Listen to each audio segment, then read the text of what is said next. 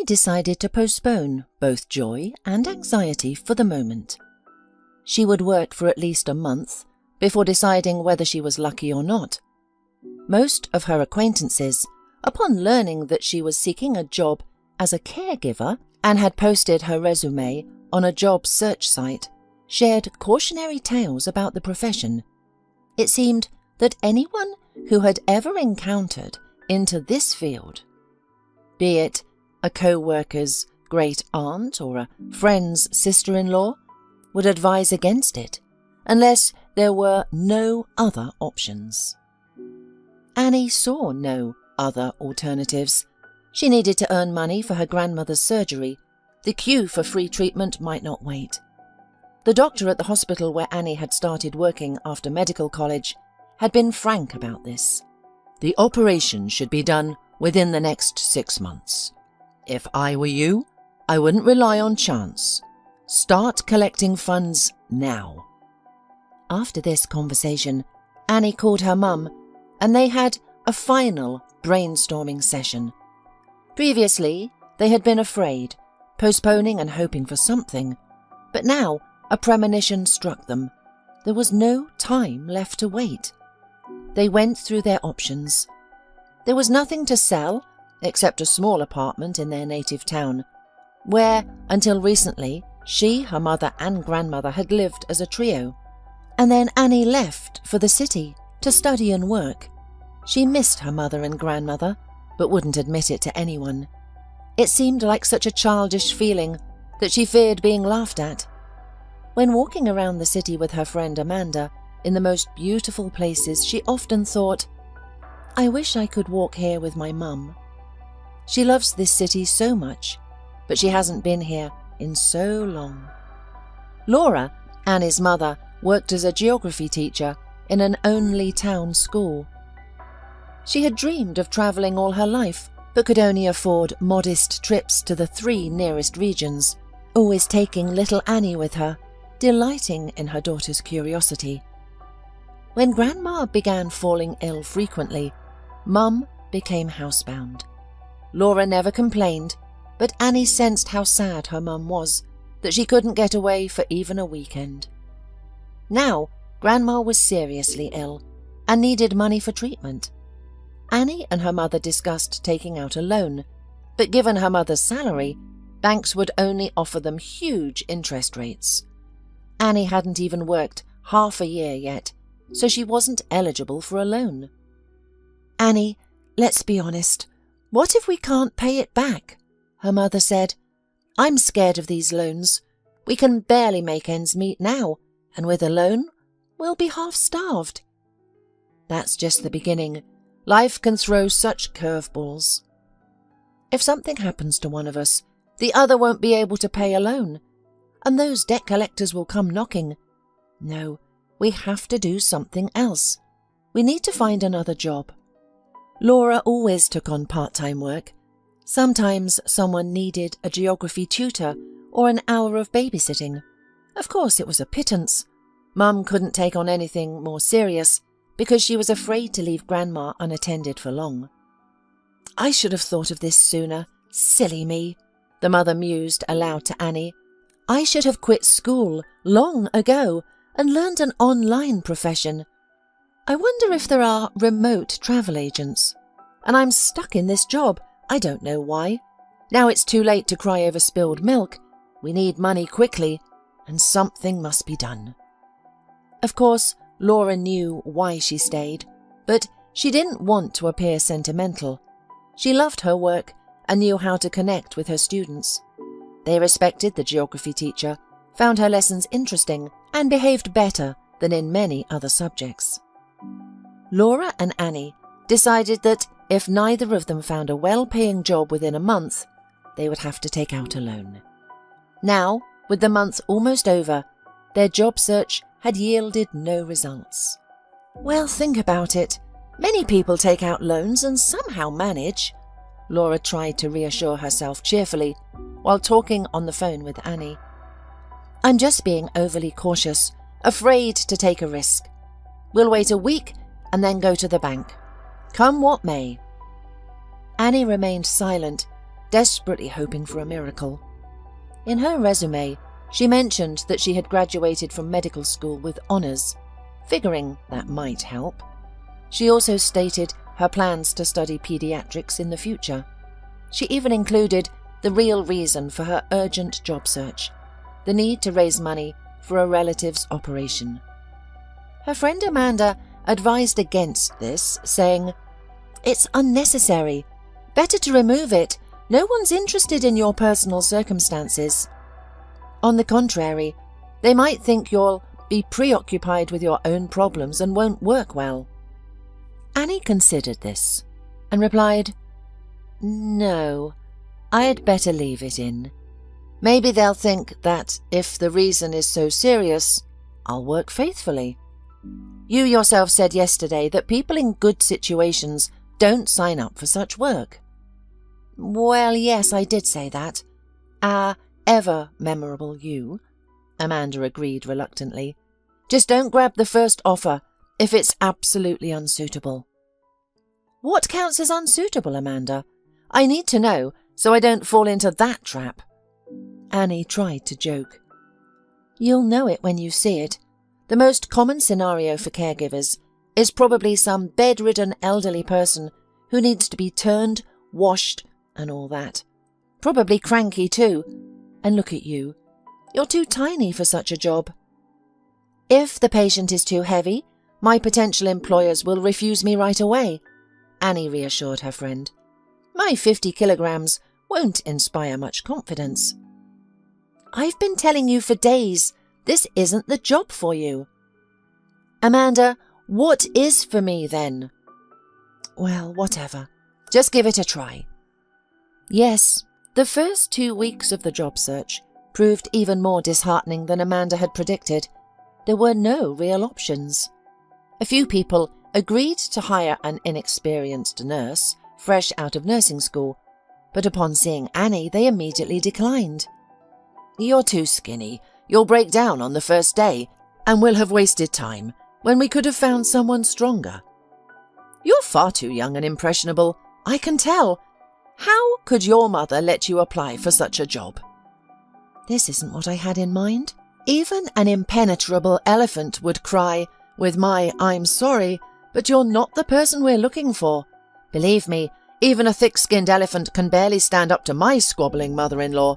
You're definitely not right for us. Oh, the stories Annie heard, the life situations she witnessed. Many people openly disliked their relatives, resenting having to part with money and let a stranger into their home. Of course, there were some loving families. One tired but still striking lady in her 60s asked Annie to wait 5 minutes in the next room while she consulted her father.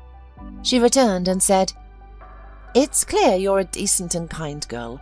Papa likes you very much, and that's precisely why he's adamantly against you caring for him as a bedridden patient requires. He says he'd be ashamed in front of a pretty girl, that he'd rather die. To quote him directly, 'I'm sorry for wasting your time, but we need someone else.'" Amanda's friend wasn't surprised at all. "I thought as much. Do you know who they do want? Look at our Vicky. She's practically a sumo wrestler. Tireless, unflappable, impenetrable. She gets to work like an unstoppable train.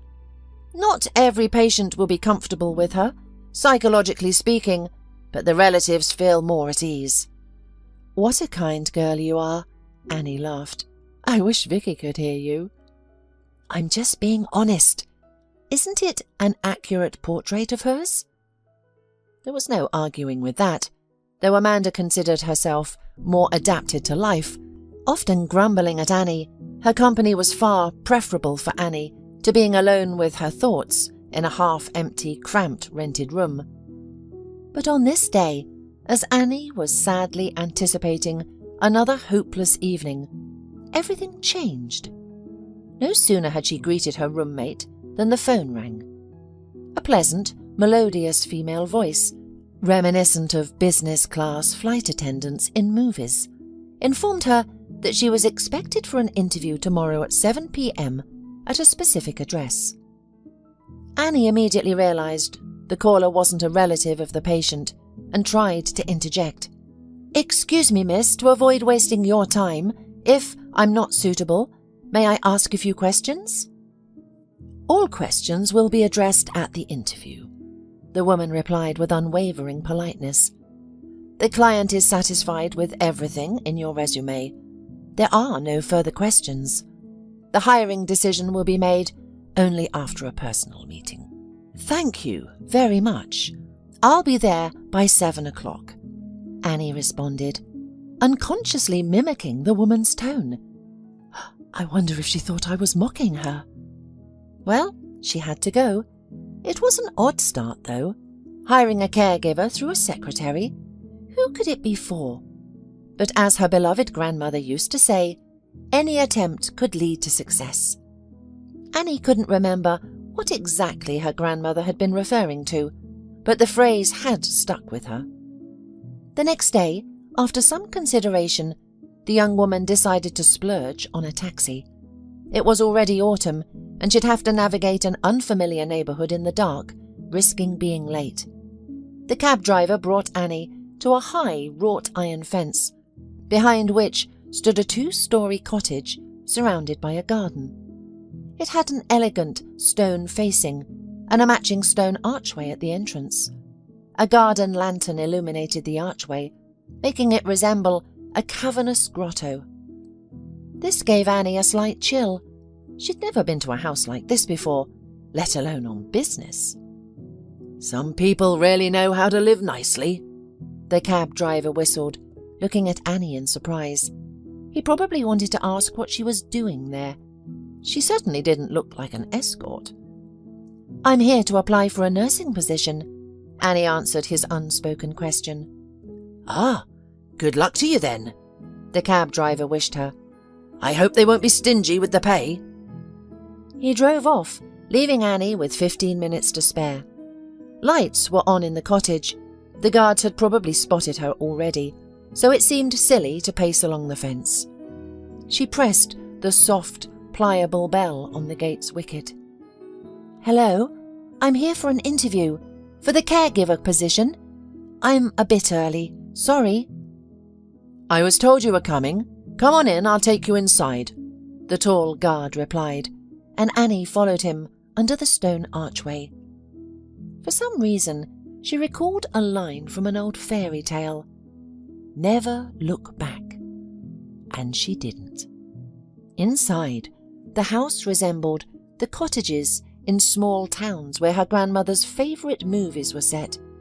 Aged, dark wood, brick ceilings, bookcases and ceramics, landscapes on the walls, embroidered bedspreads and pillows. Annie didn't know for certain, but she sensed that this understated coziness, where everything had its place, came at a considerable cost. An internal staircase with elegant railings led from the living room to the second floor. One might have expected a couple of curious children to come running down, or perhaps a mistress or housekeeper, but there was only a cosy, melancholic silence in the house. A few minutes later, a friendly middle-aged woman, carrying a potted bush of white chrysanthemums, slipped out of an inconspicuous door under the stairs. She greeted Annie and announced, "Mr. Muirbrook will be out to see you shortly." Annie realized she meant the master of the house. Indeed, after the woman had gone into the garden, a tall elderly man emerged from the door opposite the staircase, which led to the interior of the house. He walked with a stout cane, but kept his back straight, his frame gaunt and wiry. He's not having an easy time, but you wouldn't know it at first glance, Annie assessed immediately, briefly studying the elderly man's face. He might want to give the impression that everything's in order. How old could he be? Probably well into his 70s, judging by the wrinkles. But it's difficult to tell with this gentleman. His hair is grey yet thick, slightly curly and nicely cut. The loose pants, sweatshirt and moccasin shoes could belong to a 30-year-old. The man suddenly caught Annie's gaze. With understanding, he smiled, with just his eyes, and said, a hint of irony in his voice, "Have you had time to assess who you'll be working with? I'm Austin Muirbrook, the owner of this house, and the sole representative of my family. I'm looking for a nurse for myself. Oleg, thank you. You can return to your duties." The elderly man dismissed the guard and then, addressing Annie again, pointed to the armchair by the fireplace. "Please, have a seat. Tell me about yourself, and then I'll outline my thoughts and preferences." She obediently sat down, while Mr. Muirbrook chose to remain standing. He leaned comfortably against the fireplace, his posture relaxed, conveying that he had plenty of time and was ready to listen to Annie's life story in detail. "Mr. Muirbrook, I hardly have anything to add to the information on my resume," she said, feeling flustered. "I'm Annie Lopez, 20 years old, graduated with honours from nursing school. I worked as a nurse in a hospital for a short time, but I'm familiar with caring for seriously ill patients. This prospect doesn't frighten me. In general, other potentials always asked my leading questions when they saw me. For example, how will I cope with heavy physical or psychological strain?" Annie tried hard to think of something else to say about herself, but no ideas, not even the smallest one, came to mind. And there was silence in the room again. But it didn't seem to bother Mr. Muirbrook. "All right, leading question it is," he said, rubbing his short, stubbly beard. "You have the demeanour, appearance, and speech of an educated young woman. You're most likely intelligent and observant. Why didn't you go straight to medical school to become a doctor?" No one had ever asked Annie this question before, and she had never considered how to answer it in a way that might help her secure a job. "Don't panic," she thought to herself. "Mr. Muirbrook is, in his own words, a lonely man. Maybe he's used to talking about life with the guards and other staff to dispel boredom, and here I am, an alarmist, immediately fearing a catch. If I answer you honestly, you might think that I'm trying to make you feel sorry for me," Annie warned. "Thank you for the warning. Give it a try," he replied amicably. "There's no mystery, really. It's like many people's situations," she responded. "I only have a retired grandmother and my mother, who works as a geography teacher in my hometown. Medical college takes 6 years, and if you study diligently, it's impossible to work full-time. And there's certainly no one to support me all these years. On the contrary, my family needs my help. I plan to work after nursing school, first wherever they'd take me without experience, and after a year, look for vacancies in private clinics. I hoped to save up some money and try to enroll in medical college in 3 years." "There's nothing pathetic about your story," Mr. Muirbrook declared. "It's just that everything worked out a little later than for those who had someone to support them. There's no tragedy in that." "I haven't been thinking about it at all for the last months," replied Annie. "The important thing now is to raise money for my grandmother, and then we'll see." Mr. Muirbrook rubbed his beard again, nodded and shifted his posture slightly by the fireplace, rearranging his cane to adjust his centre of gravity. He then said, "Now, I'll tell you a bit about my wishes for a nurse. It might be a tad boring. My attending physician, whom I trust, strongly recommended this staff position. I have mixed feelings about medical professionals. I dare say their recommendations to constantly worry about health can turn a person into a wreck before their time. I've seen enough examples of friends who denied themselves a full life, protecting their health, and now they're gone, because no one knows how much time they have left. I prefer another principle. Anything that gives pleasure, can't be harmful. My doctor somewhat agrees with me. I have a small business that I run for my own enjoyment, and I devote quite a lot of time to it. This excitement gives me the energy to live. But extremes are always foolish. I can't forget that I'm not a young man anymore, and that I have some rather unpleasant health issues. I don't want to collapse in an undignified manner at a business meeting. I have my reputation and other social tinsel, after all. Why disappoint people? That's why I need someone who will give me injections on time, ensure I take my medications punctually, and make sure I don't drink more hard liquor than I should, and all that sort of thing. I'm not bedridden. I don't need hygienic care. Of course, there are times when I'm in bad shape, but then I only create problems for my bodyguard, whom I pay for it. The nurse won't see those problems. To be precise, you won't see them if you take the job. Frankly speaking, those stern, studious women skilled in bedsore prevention put me in a somber mood, reminding me of the inevitability of becoming an old wreck. I immediately told them they were unnecessary. Mood is the most important thing for health. I know better than doctors. I need someone pleasant to talk to. If I'm not completely repulsive to you, and if the remuneration is satisfactory, I'll be glad to hire you. The contract will be drawn up properly, with the salary and overtime clearly stated. It's a live-in position, so you won't have to pay for housing. If you agree, Annie, you'll be shown to a room, and you'll need to speak with my attending physician, Dr. Palermo, to get detailed instructions on how to treat the guinea pig. You mean the patient, don't you? Annie corrected with a cautious smile. Did I say something else? Mr. Muirbrook raised his eyebrows mockingly. I accept your offer. When should I start work? I'll probably need to give notice at the hospital, and I can start work right after my last day. Annie, I'll agree to languish in suspense for 2 weeks, said the old gentleman soothingly. But promise not to throw yourself into this scorcher at once. Let's put it this way. Now you talk to Dr. Palermo, and he tells you everything unpleasant about me.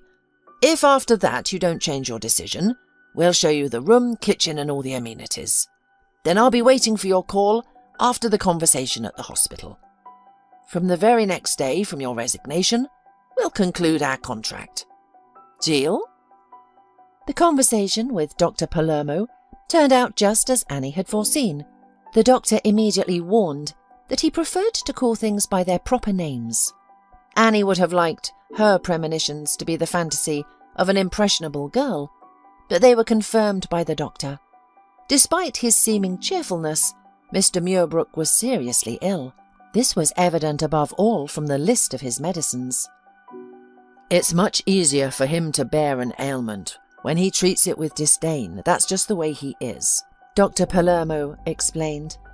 And you have to take his illness seriously, but don't show it. Play along with the employer.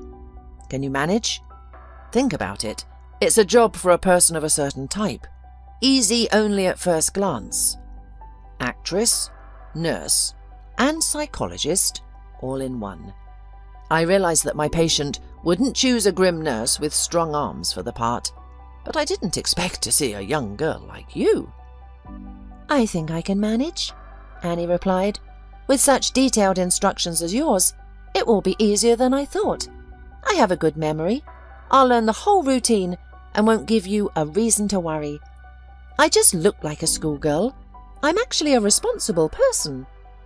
Well, that's fine. We'll see. I remember from your resume that you have a serious personal interest in a well-paying job, and Mr. Muirbrook is far from greedy. I can't take that away from him. Yes, above all things, Annie confirmed honestly. But not only that, I shall really be pleased to help Mr. Muirbrook. I'm sure you will, the doctor hummed. Girls usually have respect for such a life stance as his. Anyway, just don't let any feelings overshadow your duty as a medic, and all will go well." No one in the hospital dared to openly express dissatisfaction that a good nurse was quitting before she had worked for 6 months. Such were the girl's circumstances, when money was really the main thing. Having learned the date of dismissal, Annie first called Mr. Muirbrook's secretary to agree on the date of signing the contract. After waiting for a return call, she immediately rushed to call her mother. "Oh, Annie!" Laura didn't know whether to rejoice in such a thing. "You are brave. You're not like me. I guess I'm so unfamiliar with the realities of life at my school because this kind of work makes me anxious. What kind of people are you going to be around? Send me the address of the house where you'll be living. And the salary is suspiciously high, so think of unspecified duties, like in the fine print of a loan agreement. I realise that all this may only be scary in my head." "Yes, Mum, only in your clever globe-encompassing head." Annie laughed affectionately, wanting to cheer her mother up. "The salary is high because the schedule is irregular. I don't even have full days off. No one else will make injections for me, and I can't trust anyone to track the medicine intake, and they have the right to wake me up at night if they need help. I'll call you and tell you about my life and my surroundings to make you feel better. And Grandma too, she loves stories with new characters." "And don't even think about telling Grandma that you got a job like that," Mum pleaded. "It's not good for her to be nervous. What kind of Medicare you are in if you don't understand? She knows nothing about our decision, waiting for a scheduled operation. She's a naive elderly girl.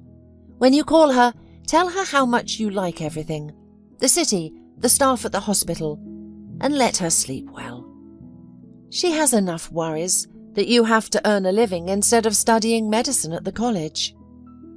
As for her friend Amanda, she didn't believe Annie's story until she saw the contract. Unlike her mum, she was not at all surprised by the size of the remuneration. "In principle, yes, not bad. I'm even jealous. But it could be more for a job like this.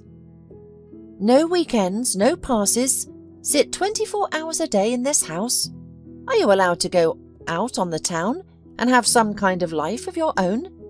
Otherwise, you'll cry while you're saving money." "Amanda, well, it's all scheduled. There's plenty of spare time during the day. If I like, I can go to the city every day, even for a little while. To walk with you, for example. But I don't have to pay for room and board. I'll live on full board. I can save almost my entire paycheck. What are you grumbling about?" "I'm grumbling because I can't hear the joy in your voice. Surely it must occur to you too that things are not as serene as they seem at first sight." "Well, Amanda, that's it." Annie yanked her friend twice, lightly by the ponytail of bright red hair at the back of her head. "Stop trying to prevent me from setting myself up for the best." By the time Annie had worked for Mr. Muirbrook for 2 months, her mother's and friends' fears slowly began to subside. She preferred not to discuss the difficulties, but otherwise she did not lie in her stories. The atmosphere in the house behind the elegant wrought iron fence was measured and calm. There was no one to gossip about, as Amanda called it. Mrs. Shaddenloo, housekeeper and cook in one, lived in a bright insulated outbuilding, where all the walls were occupied by framed photographs of her son and daughter-in-law and her granddaughter, who had recently learned to walk. Working for Mr. Muirbrook, Mrs. Shaddenloo helped the young family pay the mortgage. She was immediately happy to have another woman in the house. Born in the South, open and friendly, she immediately surrounded Annie with patronising care. She fed her culinary delicacies and began to teach her how to cook, sincerely surprised that such an adult girl had such poor knowledge about cooking. "How is it that neither Mum nor Grandma particularly likes to cook? Well, someone in your family must end this terrible ugliness. Let it be you." In addition to Mrs. Shaddenloo, Mr. Muirbrook's personal bodyguard lived in the house at all times. The rest of the staff belonged to Mr. Muirbrook's firm, and only a few of his employees appeared in his house. Almost every morning on weekdays, Mr. Muirbrook's secretary Nicole, the same one who had invited Annie for an interview, came to see Mr. Muirbrook. They worked in the study for several hours, communicating with the rest of the staff via video link. By lunchtime, Nicole would leave, armed with a multitude of orders and instructions. How she managed to fit them all into her beautiful head was a mystery. Sometimes Artyom Ivanovich, the company's head of security, would arrive, an unpleasant man of indeterminate age, with a perpetually disgruntled, squeamish face. Annie felt awkward entering Mr. Muirbrook's office with medicine when he was present. "He looks at me like at a bug under a magnifying glass," she squirmed. "I'll have to learn to ignore it. I have clear instructions from the doctor. Whatever Mr. Muirbrook is busy with, he must take his medicine on time. He can make his discontented fisheye grimaces all he wants, but I'll come when needed." "I see you don't like my security officer," Mr. Muirbrook remarked to her once, without the slightest judgment. "Well, yes, I agree, he's not a very pleasant person, but he's a top professional in his work, and I don't have private affairs or conversations with him." Annie thought that she would never be able to separate one thing from another so consciously. However, Mr. Muirbrook turned out to be a very interesting man, and there was much she would like to ask him about. She restrained herself, not wanting to appear a naive fool. She was a hired worker like the others, and frivolous conversations with her employer were possible only on his initiative. Mr. Muirbrook enjoyed talking, but that didn't mean he was going to share details of his biography. By the end of her second month working for him, Annie knew enough about his views on life, but almost nothing about his life itself. It was easy for her not to mention his illness, but she had to stop herself when she wanted to ask about his family. Mr. Muirbrook didn't seem like the type of man who would enjoy living alone all his life. "Oh, Annie, I don't know," Mrs. Shaddenloo said. "As long as I've been working for Mr. Muirbrook, I've never seen any relatives visit, not even one. I've been wondering about it for a long time, but there's no one to ask. The gardener who comes in doesn't know anything, and I'm afraid to ask the guard. So I don't know any more than you do. I'm used to it now and don't think about it much. It used to cross my mind a lot. There are such worthless men like my ex, and yet in their old age someone takes care of them. And here's a decent man with no one. Money can't replace people's care. You can't convince me otherwise. It's okay. You're the compassionate one, but many people work like robots. There are people around, but the person is still alone." Annie's room was on the same floor as Mr. Muirbrook's bedroom, which wasn't surprising for a nurse. The only room closer was the bodyguard's, which had an adjoining entrance to the master suite. Coming early in the morning to Mr. Muirbrook's bedroom to take his blood pressure and administer an IV, Annie could always hear soft music from behind the door. It was always classical: Schubert, Chopin, Berlioz, Verdi. "May I keep it on?" asked the owner when Annie came to perform the procedures on her first morning of work. Medicine didn't forbid listening while under an IV, right? Most modern specialists recognize the therapeutic effects of classical music on the body, Annie confirmed, unable to contain her smile. Dr. Palermo warned Annie that their ward might have periods of exacerbation of the disease, but so far nothing like that had happened. Mr. Muirbrook's attending physician never tired of reminding the inexperienced nurse that she should not lose vigilance. "We must be especially wary if our Mr. Muirbrook is going to attend some sort of high-profile meeting, negotiations, or a business dinner. In his condition, These are too energy-consuming. After such outings into the world, we sometimes have to help him recover for a while." And so, the moment Annie had feared in advance arrived.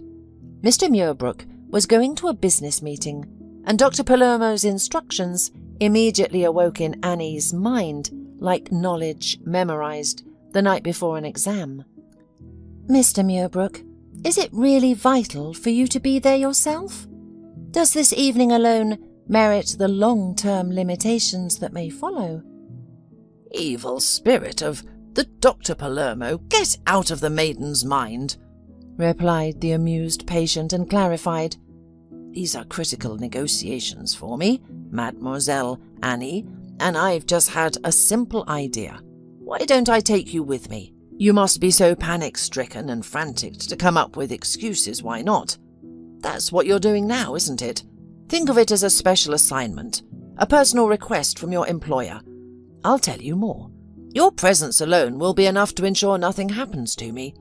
Pure psychology. I'm used to trusting you. I feel calm when you're around." Annie took in a lungful of air and exhaled. The only objection that could seem weighty to Mr. Muirbrook: "Would you feel confident, Mr. Muirbrook, if your business partners saw that you needed a nurse to accompany you in negotiations?" No sooner was she startled by her own tactless question than the old gentleman responded briskly, "Well, there's an obvious solution to that too. Why do I need other escorts when I have a young, beautiful daughter? Not only will no one pity me or laugh behind my back, they'll envy me. Besides, I have a habit of making inquiries about potential partners, their tastes, their passions, their outlook on life. The Chinese gentlemen I'm to meet are very committed to traditional family values. So a father, accompanied by his young daughter, is a perfect match for a reliable partner. Help me out, Annie." "Of course, for your health, I would feel more at ease being near you." The nurse began to ponder aloud. "But I might let you down. I am quite ignorant of etiquette. I could easily go with you on ordinary visits, but at such a meeting I would look ridiculous and spoil the whole impression." "Nothing of the sort," retorted Mr. Muirbrook carelessly. "You've imagined a reception at Buckingham Palace. Well, these business meetings don't resemble that at all. They're much simpler.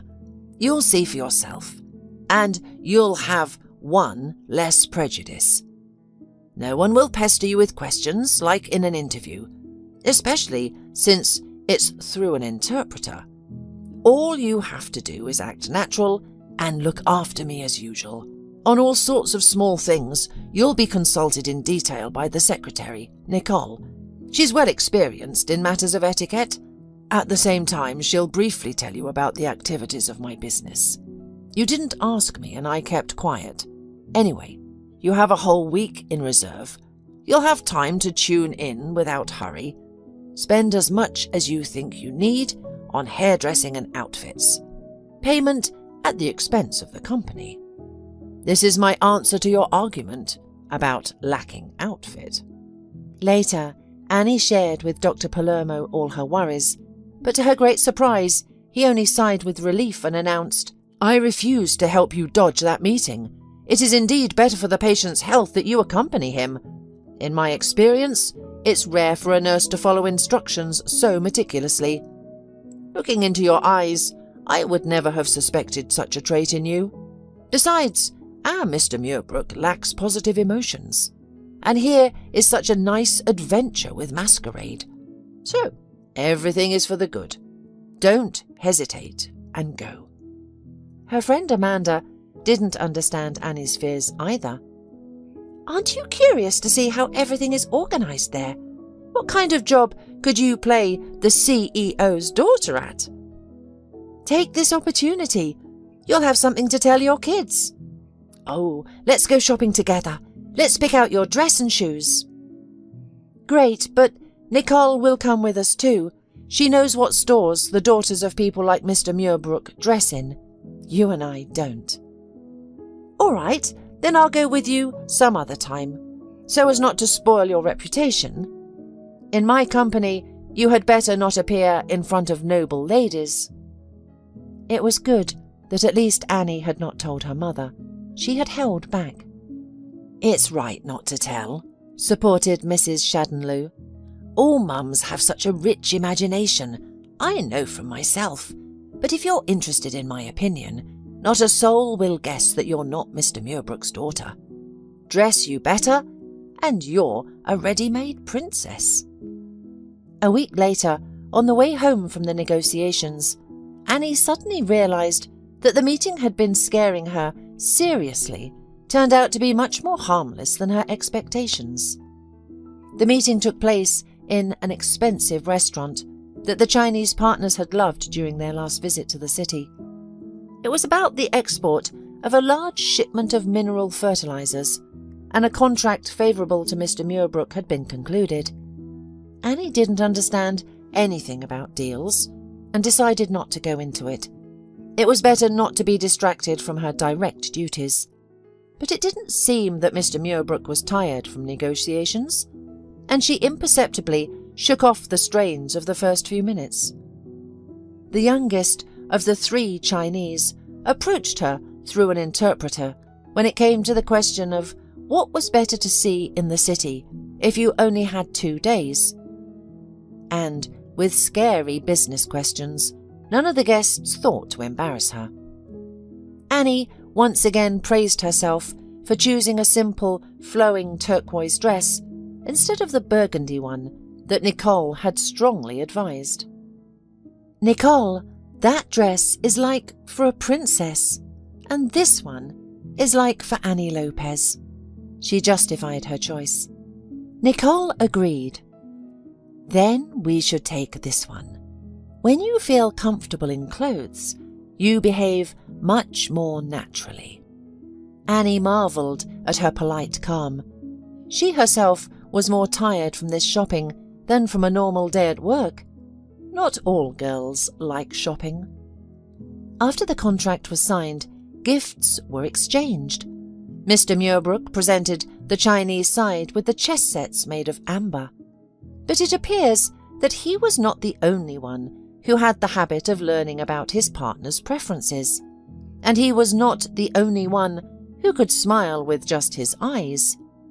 The oldest representative of the Chinese company, with an oriental slyness in his look, nodded to the youngest, and the latter, with a slight bow, handed Mr. Muirbrook a violin case, which seemed to have come from nowhere, and accompanied it with a phrase which was immediately translated by the interpreter.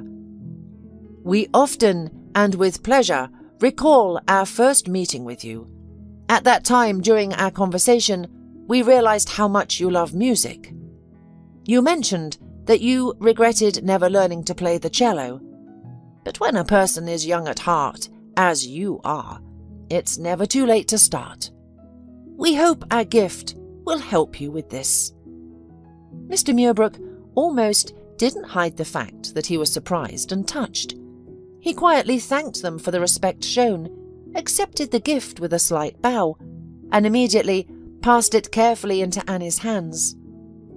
She didn't know how to behave in such cases, but recognizing the familiar logo on the case, she simply rejoiced aloud, addressing everyone present. "What a great antique cello! It's a from us. They are of very high quality. You have an attentive approach to choosing gifts." As soon as they were seated in the car to go home, Annie quietly asked, "How are you feeling, Mr. Muirbrook? Only honestly." "I haven't felt so wonderful for a long time. No pain anywhere. Honestly, and you've added to my vigour with unexpected facets of your erudition. Will you tell me where this knowledge of the musical instruments comes from?" It seemed the meeting hadn't tired her ward at all. Annie was about to share how she'd come to know about cello when the phone rang. Mr. Muirbrook's deputy called at the agreed time to inquire about the negotiation results. "Oh, he should have rested already." Mr. Muirbrook smirked contentedly, stroking his beard, and said to Annie, When we get home, we'll resume our conversation. It's an interesting one."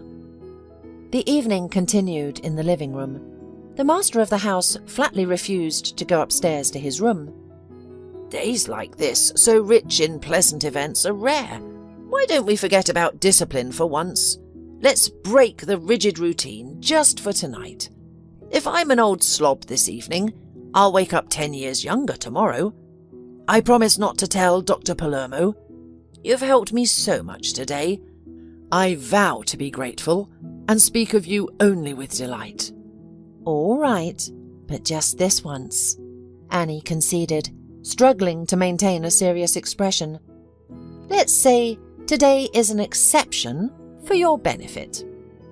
"Beneficial indeed," the elderly man repeated with conviction, eyeing the bar shaped like an antique globe. "No cognac or whiskey, Mr. Muirbrook," Annie intercepted his glance. "I'll agree to that too," promised the host, tapping the malachite head of his cane. "Our conversation was interrupted on the way home. I never got to learn about your relationship with musical instruments." "It's nothing mysterious," Annie smiled, stroking the smooth violin case on the table between them. "Like many kids in music school, I studied piano, a bit of cello too, especially since my grandmother taught it. Many children are forced to attend music school by their parents, but I went gladly. I wanted to play like my grandmother. Parents often came to children's concerts, not just to see their kids perform, but also for my grandmother's performances. They'd ask her to play and then call for encores. They listened to her with bated breath. I'm no expert, but I'm sure she could have gone further. Something just didn't work out. I never asked. If she didn't tell me, she probably doesn't want to remember. But you didn't have to beg my grandmother to talk about music and instruments. She'd think aloud about everything related to music. That's how I inadvertently learned things I probably shouldn't have known, including the German company from us." "Yes, Annie, you chose to become a medic," Mr. Muirbrook observed, his look inquisitive. "The truth is, I didn't inherit my grandmother's musical talents. I play mediocre, that's a fact, but I'm content being a listener, especially since I don't live and breathe music like my grandmother did. If friends have a piano, I'll play a tune when guests want to sing. That's all. Everyone's happy. When I went to study in the city, even that stopped. It's been ages since I last held a cello. I'm not sure if I even remember how to play." "Here's a chance to find out," said Mr. Muirbrook, gesturing towards the cello case on the table. "You'll try it, won't you? I just want to hear it sound. No need for masterpieces. Even a simple first-grade music class exercise will do." Annie realized this was the worst possible moment for refusal. She took the violin and bow from the case, held them, recalling her technique, and announced, "I'll play you my mother's favourite tune, simply because I have played it more often than others, and I'm certain I haven't forgotten it." Mr. Muirbrook nodded silently and sat as straight as he could, cane before him. As she played, Annie was relieved to find she hadn't forgotten anything crucial. He listened with rapt attention, barely moving, his glittering eyes fixed on the fireplace. What a truly unique, appreciative man. No one had ever shown such respect for Annie's playing. When she finished, she tried to return the instrument to its case as gently and quietly as possible, reluctant to break Mr. Muirbrook's thoughtful silence. After a moment, he turned to her and asked, "Who taught you this tune?" "My grandmother, of course. I didn't learn it from anyone else. She told me that my mum Laura, when she was little, always begged her to play this tune before bedtime, or when she was sad. Over the decades, my mum's tastes haven't changed. I like it too. It's simple, but there's something special about it." "Do you know the composer?" "I wish I knew more. but the composer is quite mysterious." Annie laughed briefly, trying to lighten her interlocutor's mood. "But I do know something. It's Marianne Bradley, my grandmother. I was named in her honour. Funnily enough, my grandmother doesn't like her full name either.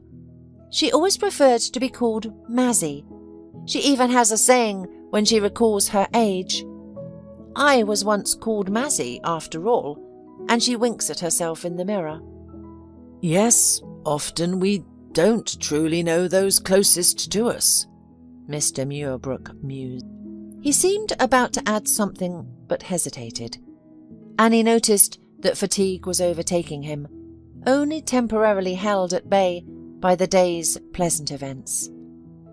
"Let's go upstairs, Mr. Muirbrook. It's time for your bath, medicine and rest.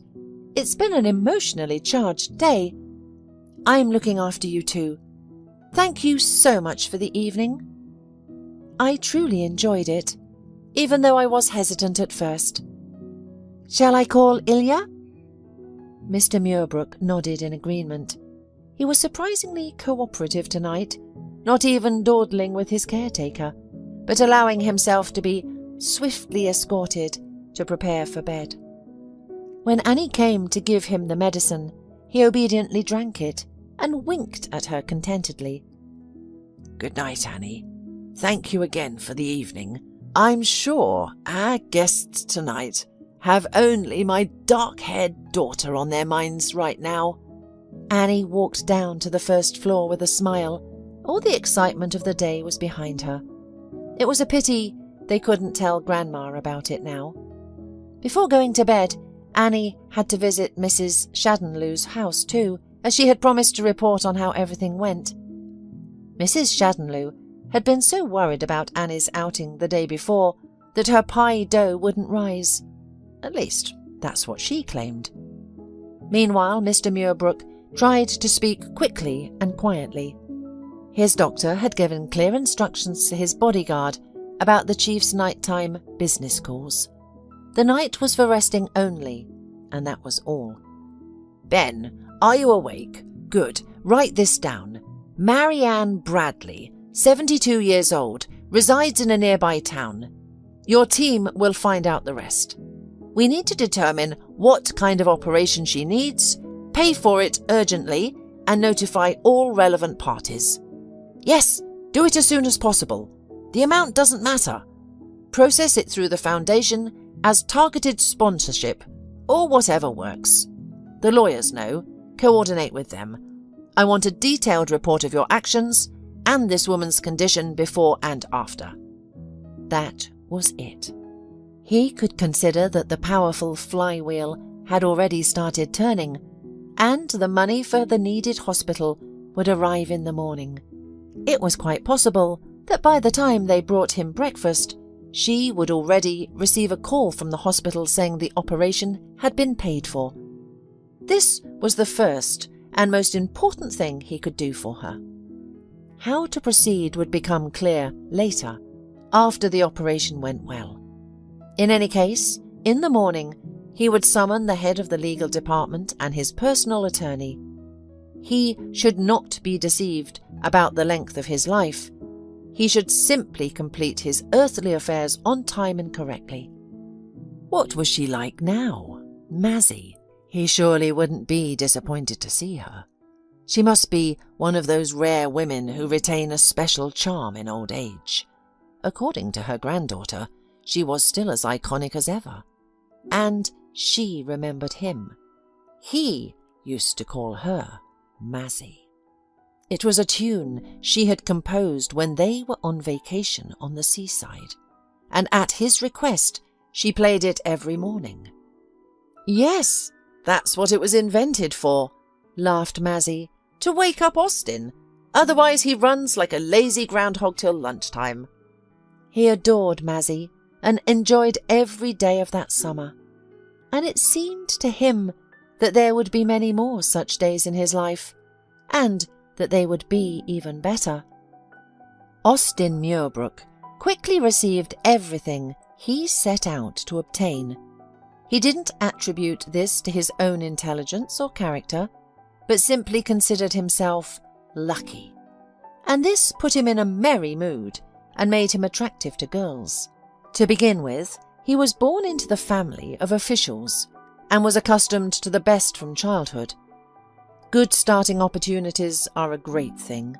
You don't have to fight for a place in the sun. You can let yourself go wild and save a life. One of Austen's peculiarities was his love for classical music. Of course, he listened to everything that was trendy in his circle, but he loved the classics. Thanks to his father's connections, there were never any problems getting tickets to concerts, and no one was surprised that his beloved became a violinist. Austen had had affairs before her, some of them interesting, but they all seemed now like boyish dalliances, mere rehearsals. With Mazzy, he planned to tie up his life. The young man had no doubt that his parents would approve of his choice. Thin, educated, talented, Mazzy could well be an ambassador's wife. But only Mr. Muirbrook thought so. His father and mother, to whom he introduced the bride after returning from vacation, at first really approved of her. Mother was even surprised. Who would have thought that that dummy had decent taste? But a week later, his father, averting his eyes, announced, "The bride is not suitable. There are a bunch of unreliable connections. Some ancestors were in prison for their political views. Others were hippies. The only surviving relative is a childless uncle, some run-down theatre artist who got mixed up with a bad crowd in his old age. So yes, she is a lovely girl. It's a shame, but it can't be helped. Look for another." Austen was thrashing around in impotent rage like a raging bull, but his thrashing was worthless and shouldn't be sympathised with. Finally, he chose an embassy work in his career. He married the daughter of his father's colleague. And love? Well, there would be love, yet a married man is not a dead man. He had the guts to tell Mazzy the truth. "I can't marry you. If I could, I'd marry only you. But I can't." "That's all right." She shrugged her shoulders indifferently. "I'll find someone who can. I'll be honest too. I'm not going to be your mistress. Look for another." And she went away, and they never saw each other again. Returning from a long business trip, Austen accidentally ran into Kira, Mazzy's friend and colleague, in a fashionable restaurant. For some reason, he was as embarrassed as a schoolboy, and after greeting her with a few meaningless words, he asked offhandedly, "How is Mazzy?" "What else do you want from Mazzy, you rascal?" asked the not-quite-sober Kira. "You've ruined everything in her life." "We had a civilized break-up, Kira. She's a sensible girl. She wasn't even hysterical." "I recognise Mazzy. She's too proud to have tantrums. But just so you know, it was heartbreaking to watch her. She just resigned from her job and went to the provinces to her ancestral home, probably so she wouldn't meet any more people like you. She left pregnant and gave birth to a daughter, Laura. If I were sober, I wouldn't be talking to you right now. You're disgusting." Austen felt uneasy for a long time. Did Kira lie or not? Probably she just knew he would talk himself into forgetting it. It's his cowardly way. So what if he found out he had a child? He wouldn't even be allowed on the doorstep. Mazzy has a different life now. Let her be happy. And he should organise his own. 5 years later, he got divorced. More precisely, his wife left him for someone who loved her. They had no children, and each gradually developed their own separate life. They separated quietly, amicably, with relief. He didn't marry again, thinking it unnecessary. He compared all his girlfriends with Mazzy, and they all fell short, even the smarter and prettier ones. He threw himself into work and then business. He was very successful. As he grew older, he began to wonder who it was all for, if there was no one to leave it to. When he fell seriously ill, he again counted himself lucky. It happened in his old age, when he had lived enough. But he didn't want to die, and entrepreneurial passion fueled his vitality. He continued to work just for the sake of it. He found comfort in giving many people the opportunity to earn and prove themselves. He also founded a charitable foundation with his partners. But it didn't seem like enough. And now it's confirmed again. He's Fortune's favourite. He still had a chance to redeem himself, and his granddaughter has come to visit.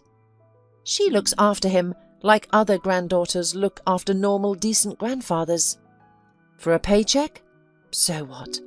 Let's just say he's giving her pocket money. I'll talk to the lawyers tomorrow about the rest. A few months passed.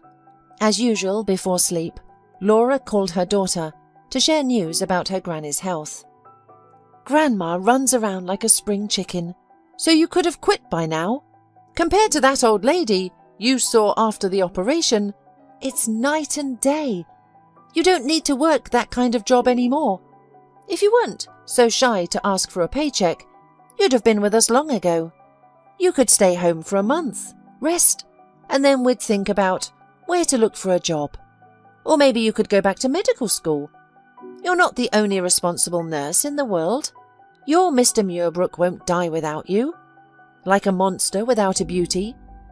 If you want to show some decency, wait until you're replaced and come.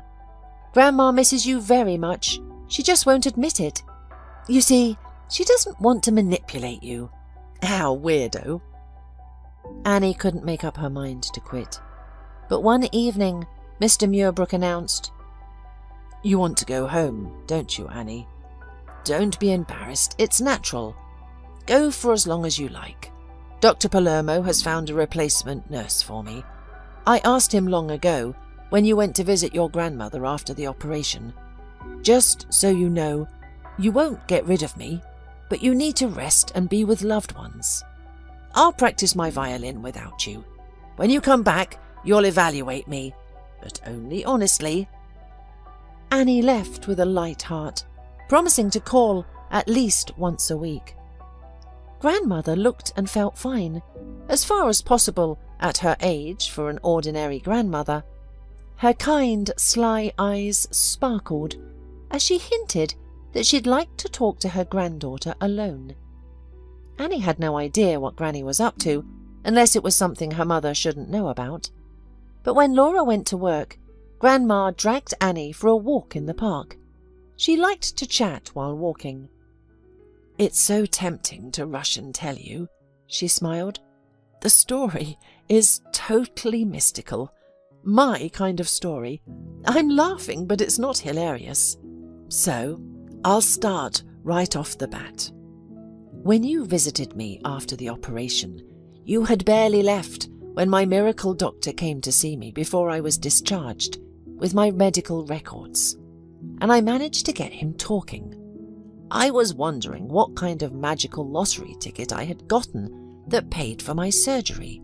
I explained that I wanted to know whom to thank. The doctor used the old folks' nonsense, mentioned a charity, but I didn't back down and asked for more clear information.